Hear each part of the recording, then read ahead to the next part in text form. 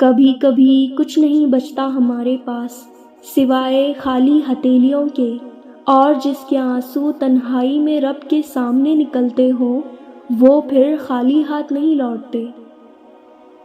تم اللہ کو دور 7 آسمانوں میں ڈھونڈتے ہو، لیکن اللہ تو تمہارے دل میں ہے۔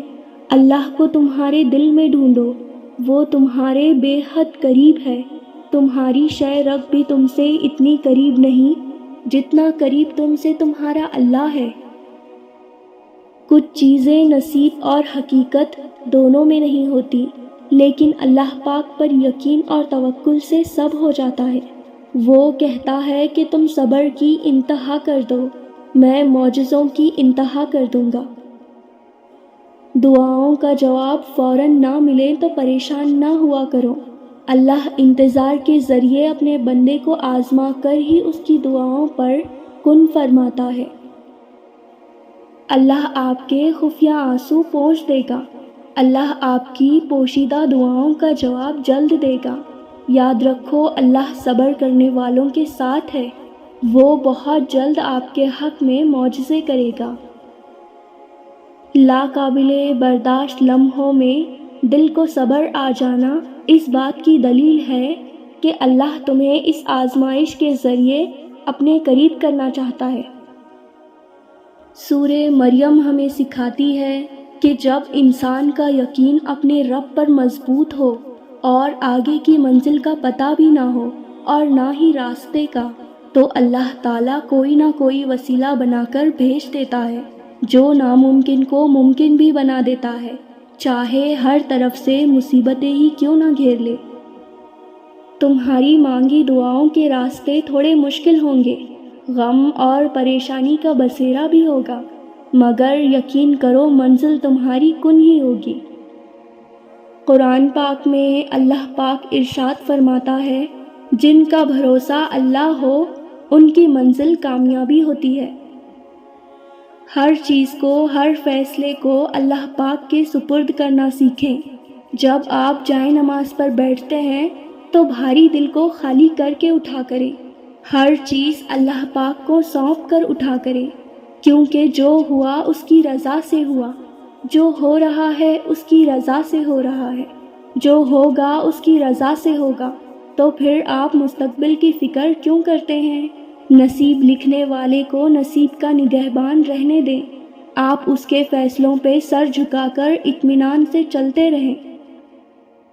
یہ مت سوچو کہ ہمارا مستقبل کیسے بدلے گا، بلکہ یہ یاد رکھو کہ جس لمحے میں تم ابھی ہو، تمہارا رب اس لمحے کو بھی تمہاری اگلی سانس آنے سے پہلے بدل سکتا ہے۔ زندگی کی آزمائشوں میں ہی توکل کا پتہ لگتا ہے۔ اندھیروں میں روشنیاں بکھیرنے والے پر یقین، سب اس رب کے حوالے کر کے اس کی قدرت کا یقین۔ شاید کبھی کوئی چیز سمجھ نہیں آ رہی ہوتی، حالات بھی ہماری مرضی کے مخالف ہوتے چلے جاتے ہیں۔